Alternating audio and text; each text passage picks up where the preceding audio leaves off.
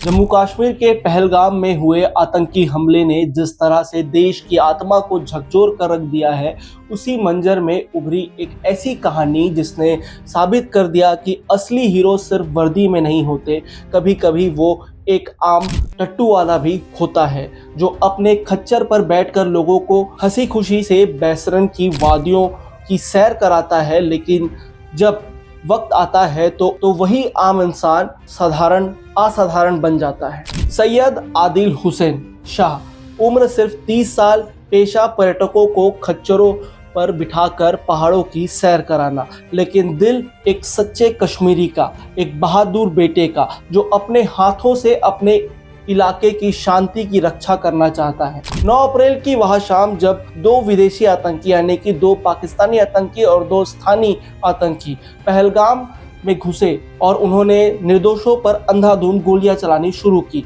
तो लोग चीखते हुए भागने लगे। अफरा तफरी मच गई, डर की एक लहर वादी में दौड़ गई, लेकिन उस भगदड़ में एक ऐसा इंसान खड़ा रहा जिसका नाम था सैयद आदिल। उसे भी बचने का मौका था, लेकिन उसने डर को नहीं चुना। उसने वो रास्ता चुना जहां एक तरफ मौत खड़ी थी और दूसरी तरफ मासूम जिंदगियां थी। पर्यटकों को बचाने के जद्दोजहद में उसने एक आतंकी की बंदूक छीनने की कोशिश की और इस संघर्ष में उसे 3 गोलियां लगी, सीधे सीने में।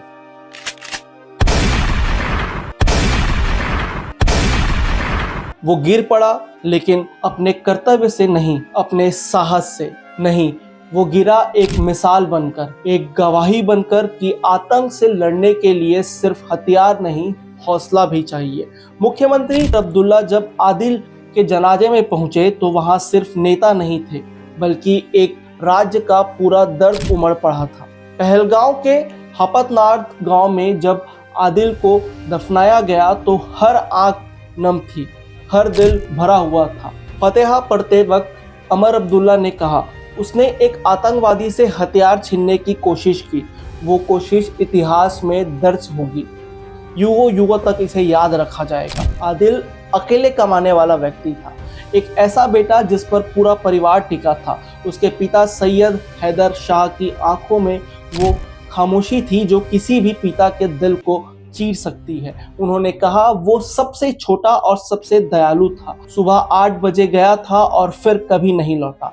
और बहन आसमा, जिसने उस सुबह उसे रोकने की कोशिश की थी, उसे मन में कुछ डर था और कुछ आशंका थी और वो सच निकली।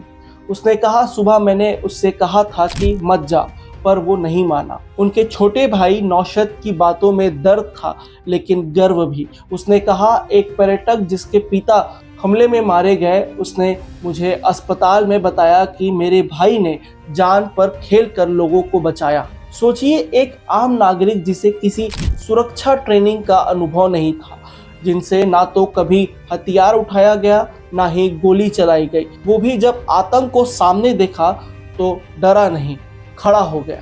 शायद इसी को असली देशभक्ति कहते हैं। वो देशभक्ति जो किसी तिरंगे की शपथ नहीं लेती, जो किसी वर्दी में नहीं बंधी होती, वो देशभक्ति जो खून में होती है।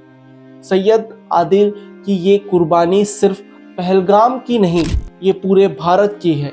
ये एक आवाज़ है उन सब के लिए जो सोचते हैं कि आतंक सिर्फ सीमा पर नहीं है। नहीं, आतंक अब हमारे दरवाजे पर है और उनसे लड़ने वाले अब सिर्फ फौजी नहीं, आम लोग भी हैं।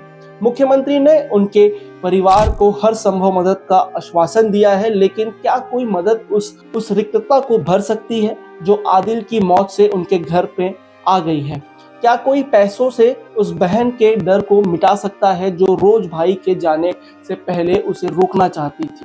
क्या कोई सरकारी सहायता उस पिता का सीना चौड़ा कर सकती है जो अब भी अपने बेटे की तस्वीर से नजर नहीं हटा पाते?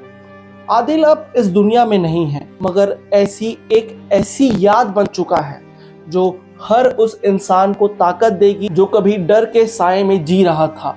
हर वो टट्टू वाला, हर वो ड्राइवर, हर वो मजदूर जो सोचता है कि मैं क्या कर सकता हूँ, अब कह सकेगा मैं आदिल की तरह कर सकता हूँ। शायद यही सच्चा बदला है कि उनकी मौत डर फैलाने के लिए नहीं, हिम्मत फैलाने के लिए काम आए। आतंक का जवाब सिर्फ गोली नहीं, आदिल जैसे लोगों की हिम्मत है जो आतंक को सीने पर गोली खाकर झुकाने को तैयार रहते हैं। सैयद आदिल हुसैन साहब, तुम गए नहीं हो, तुम आज हर दिल में जिंदा हो। हर बार जब वादी में सूरज उगता है, किसी खच्चर वाले की घंटी बजती है, तो वहाँ तुम्हारे बहादुरी की गूंज होगी। तुम्हें कई सालों तक, युगों युगों तक याद रखा जाएगा, तुम्हारी बहादुरी के कारण, तुम्हारी देशभक्ति के कारण और तुम्हारी इंसानियत के कारण। ये सबक है कि मजहब हमें एक दूसरे को मारना नहीं सिखाता, मजहब हमें एक दूसरे को बचाना सिखाता है। अब मैं इस खबर को यहीं विराम देता हूँ। तब तक के लिए नमस्कार। मैं सिद्धार्थ शुक्ला, व्यम भारत।